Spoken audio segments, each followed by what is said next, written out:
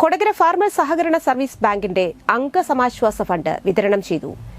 Kodakara farmers service സഹകരണ ബാങ്കിന്റെ head ഓഫീസിൽ വെച്ച് നടത്തിയ വിതരണം ബാങ്ക് പ്രസിഡന്റ് കെ.സി. ജെയിംസ് ഉദ്ഘാടനം ചെയ്തു. ഡയറക്ടർ ബോർഡ് അംഗം എം.കെ. ജോർജ് അധ്യക്ഷത വഹിച്ചു. ഡയറക്ടർ ബോർഡ് അംഗങ്ങളായ റോസറി പാപ്പച്ചൻ, ധന്യ, സജീഷ് തറയിൽ, ബാങ്ക് എം.ഡി. വി.ഡി. ബിജു എന്നിവർ സംസാരിച്ചു.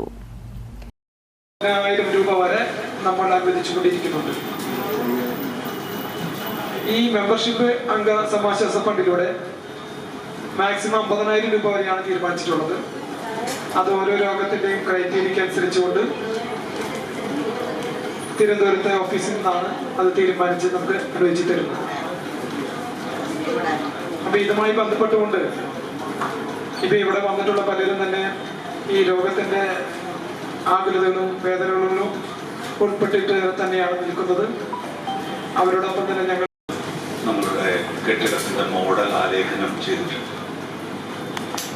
അങ്ങനെ അതൊരു വളരെ സന്തോഷകരമായ ഒരു സമയത്തിലേക്കാണ് നമ്മൾ പോകുന്നത്. അതുപോലെ തന്നെ നമുക്ക് അതിനേക്കാളേറെ സന്തോഷം, നേരത്തെ എം.ഡി. നമ്മളോട് പറഞ്ഞു, ഇതൊരു പുതിയതായി രൂപീകരിക്കപ്പെട്ട ഒരു സംവിധാനമാണ്, ഈ സംഭവമാണ്.